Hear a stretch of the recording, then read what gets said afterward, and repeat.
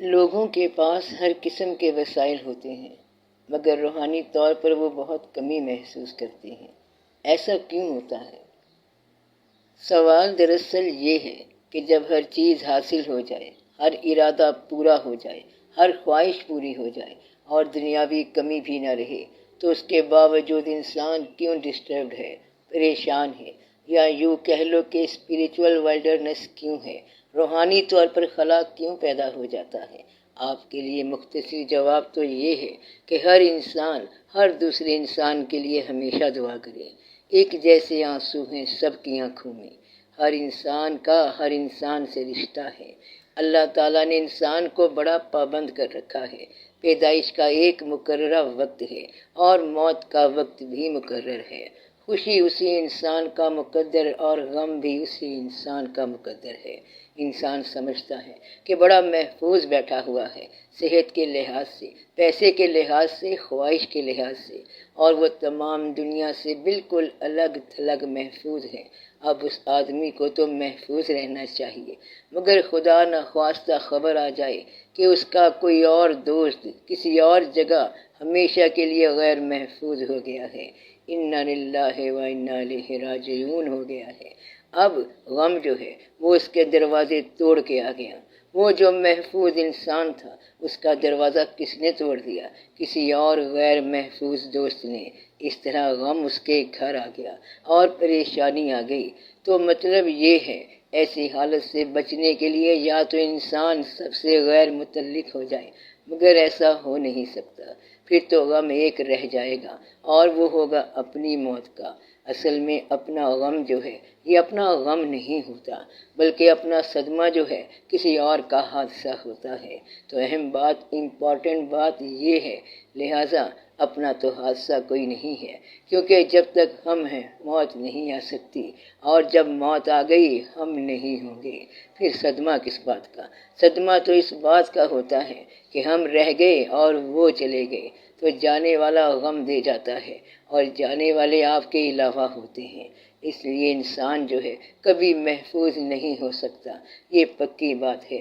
آپ محفوظ ہو سکتے ہیں، لیکن آپ کے دوست عزیز غیر محفوظ ہو جائیں گے، اور چلتے چلتے کہیں نہ کہیں کچھ نہ کچھ حادثہ ہو جائے گا، اور جو آرام سے تھے غمگین ہو گئے، اداس ہو گئے۔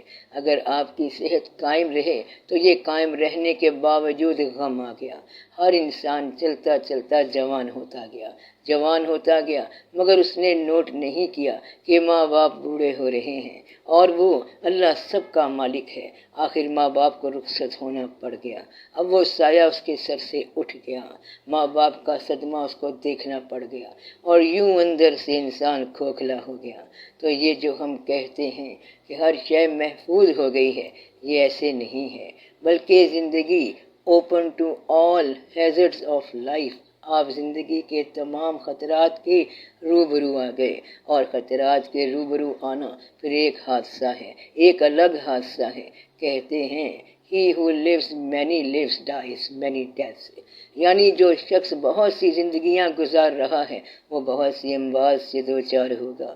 ایسا شخص کہتا ہے کہ صبح میں اور ہوں، شام کو میں اور ہوں، بلکہ میں قابل غور ہوں، اور پتہ نہیں میں کیا کچھ ہوں۔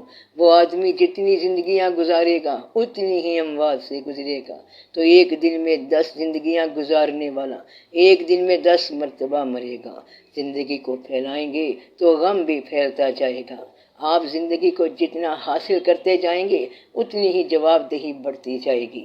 جواب دہی کا بڑھنا جو ہے یہ غم کا انتظار ہے، اور اس طرح آپ جواب دہ ہوتے جائیں گے، اور پھر کہیں نہ کہیں کچھ نہ کچھ نقصان ہو جائے گا۔ انسان کے لیے ایک اور بھی بات ہے کہ انسان بنانے والے نے ایک بڑا پکا حکم دے دیا ہے کہ خبردار، نہیں آئے گا، نہیں ملے گا سکون قلب کو مگر میرے ذکر سے۔ اب جو تنہا رہنے والی بات تھی وہ تو اللہ تعالیٰ کے ہاں تھی کہ وہ تنہا، مخفی، گنجینہ، خزینہ اپنی ذات میں یکتا تھا۔ اب اس کے بعد پھر انسان آیا۔ انسان تنہا رہ نہیں سکتا اور یہ صدمات سے بچ نہیں سکتا، اور جب تک اللہ کو یاد نہ کرے گا اس کو چین نہیں آ سکے گا۔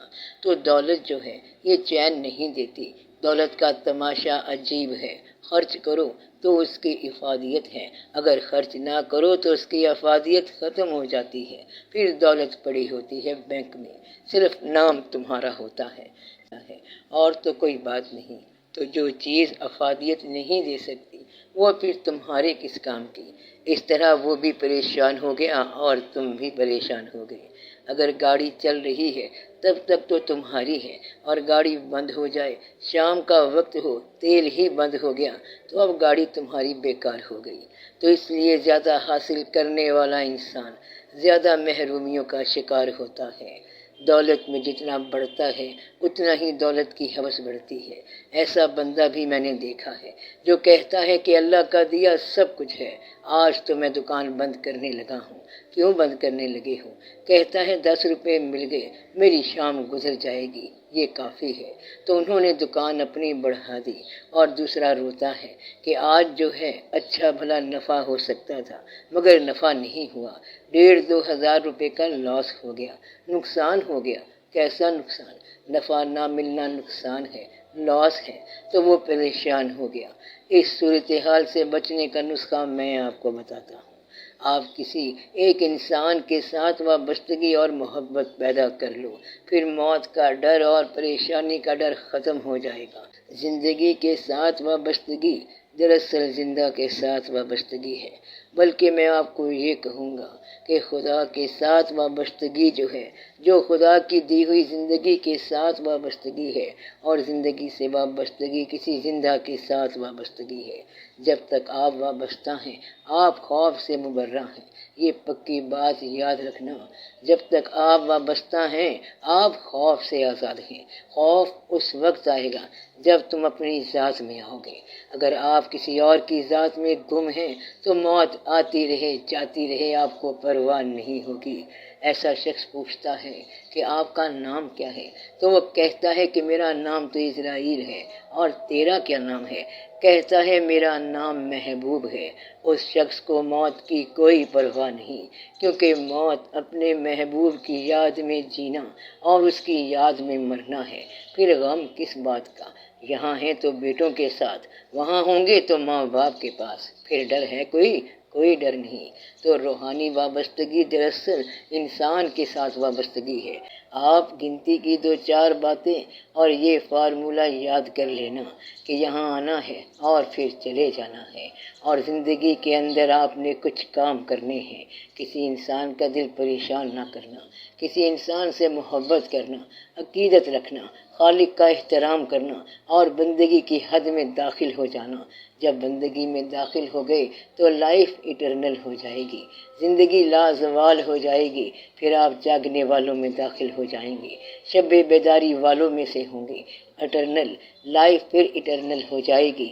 ایسی زندگی کو کوئی زوال نہیں ہوتا۔ موت ان لوگوں کو ڈرا نہیں سکتی جو لوگ آدھی رات کو جاگتے ہیں۔ موت کیا ہے؟ حق سے بندے کو ملانے کا سبب۔ موت سے ڈرتے نہیں جو جاگتے ہیں نیم شب۔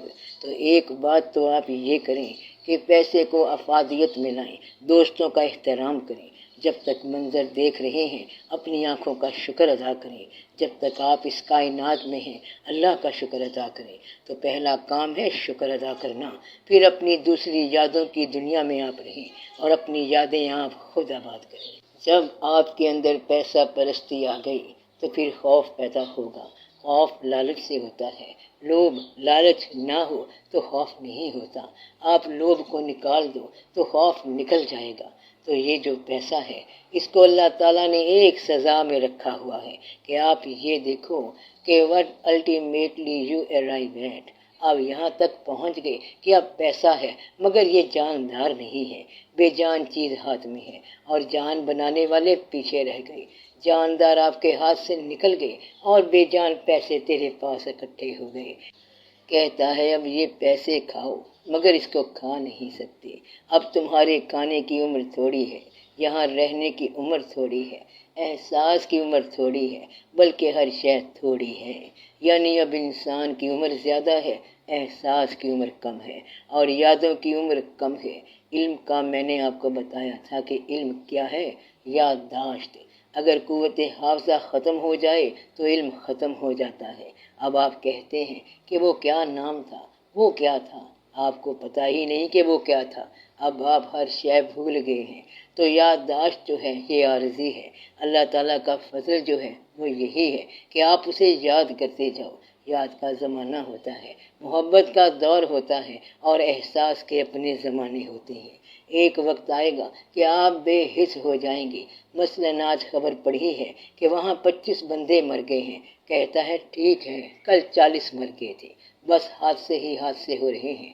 مطلب یہ کہ کوئی احساس نہیں ہو رہا۔ تو انسان نے محسوس کرنا اس لیے چھوڑ دیا کیونکہ اسے ان چیزوں سے محبت ہو گئی جن میں احساس نہیں ہے۔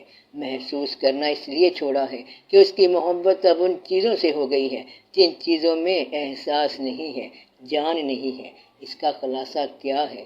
اگر جاندار سے محبت کرو گے تو جان میں رہو گے، اور بے جان سے محبت کرو گے تو بے جان ہو جاؤ گے۔ فانی سے محبت کرو گے تو فنا ہو جاؤ گے، اور باقی سے محبت کرو گے تو بقا والے ہو جاؤ گے۔